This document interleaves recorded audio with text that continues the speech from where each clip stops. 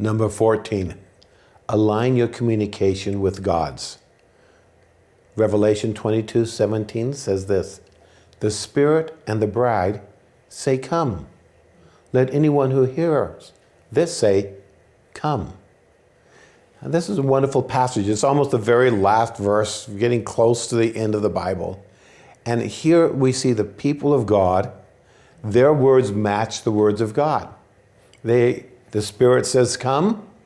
The bride says, "Come." Everyone who listens should say, "Come." This is absolutely marvelous. This is what we should do. And it's only possible as we listen and imitate what we hear. You think, well, I want to do something new and novel and different. Yes, but you don't want to do anything new and novel that's different from God. A child listens to the father and mother as he's learning to speak, and everything that the father and mother say, the child repeats as closely as the child can. And that's how you learn to communicate well, is through the imitation of the parent, or the one who gives you life. And God is the one who gives life to us all. So we must listen to him. And the Latin word from which we get the word confess in English literally means to say the same thing as. When we confess, we're agreeing with or saying the same thing as another person. And usually we think of confessing as associated with our sin, that when we have done something wrong, we acknowledge that we've done something wrong and we confess. What we're actually doing is we're saying when God brings conviction, we're acknowledging our guilt and we are aligning our perspective with God's perspective. You know, oftentimes if I might be having a devotional time with the Lord and God reminds me of a conversation I had the other day, and he says, "David, remember that conversation with this friend?"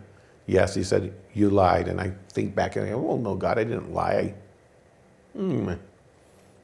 I wasn't totally accurate, God." "No, David, you lied." "Well, I twisted the truth maybe a little bit. I exaggerated, God." "No, David, you lied." And see, as long as my words don't match his words, confession hasn't happened. But when I say, "Yes, God, you're right," I acknowledge that I have lied and my words match his, then I've confessed. And that usually then leads to repentance and change of life in that example. But we can confess other things.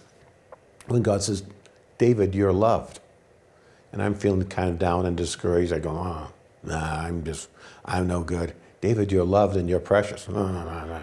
And whatever God is saying to you, to me, we need to align our communication with his, because he speaks truth.